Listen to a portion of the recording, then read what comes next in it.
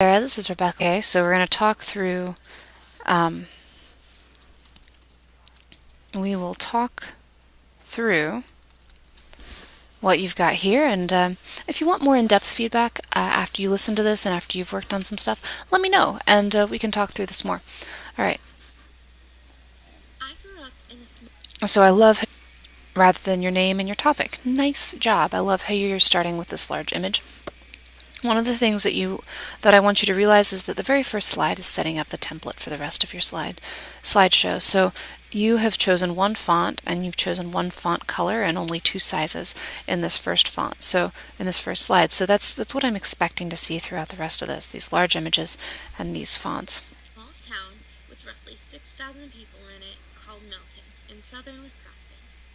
It has your So really work to craft an open with impact and attention getter, even more so than you already have. Think about that for your industry professional typical speech. small town quirks like the traditional beauty salons named the Robin's Nest, cost cutters and great clips, the local gas stations, Quick Trip, Arts, and Sitco, and schools, where everyone knows someone's neighbor. Now, unlike most towns, we have 4 stages of schooling: elementary, intermediate, middle, and high school.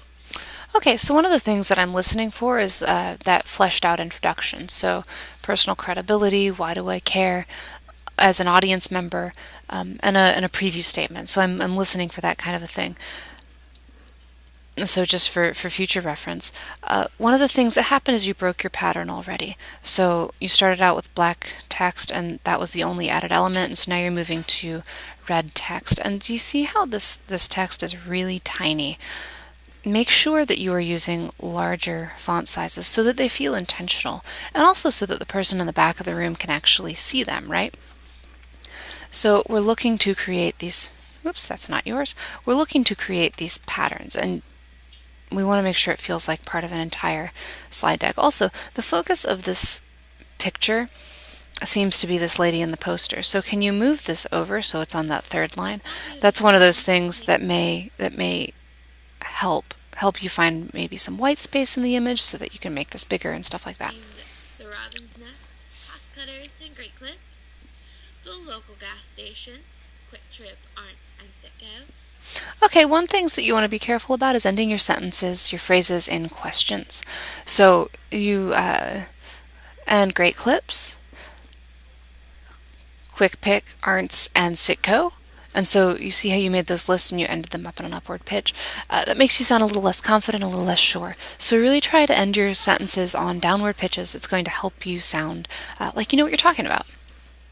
And schools, where everyone knows someone's Oh. and great clips. By the way, The local gas. this is a beautiful image with some really nice white space. Good choice of image. Okay, so this is a little bit harder to read. So you see how you've got competition between the text and your background in each of these? What I would recommend is this doesn't quite feel, these pictures feel kind of cluttered. I don't really feel like they're telling me a lot. So choose one image and make it big, or choose the quadrants doesn't work as well, but sometimes it works to divide things into thirds. And so if you can find something that'll divide it into thirds, that's an option.